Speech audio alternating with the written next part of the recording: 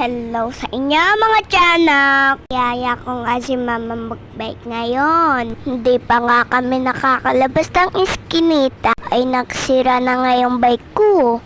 Sakto pagdating namin sa playground. Meron palong bagong pasabog ang Bilyamor. Akala namin aarkilahan to.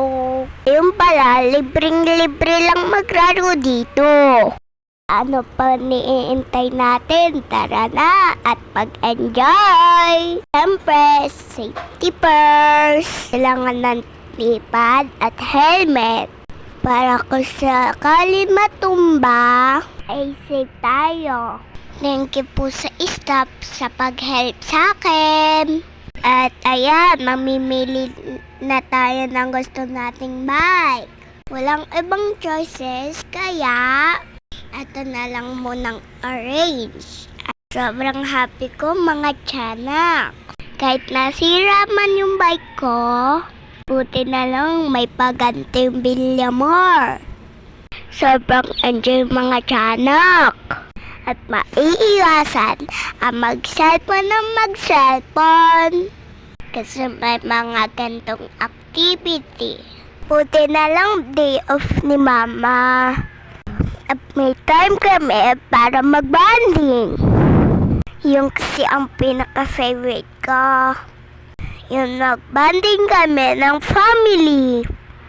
Tapos binalitan ko na nga yung bike ko dyan mga tiyanak. Kasi kanina ko pa tinitingnan tong violet na bike eh. At nung napagod na ako, at niyaya ko naman dito si mama sa Menzie Park. Dito lang yan sa may kilid. Sobrang dami ko na naman friends na kilala.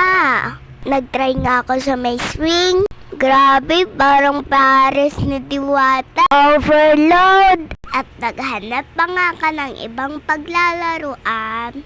At nakita ko nga tong maliit na motor. Hala, sige, pili po pa.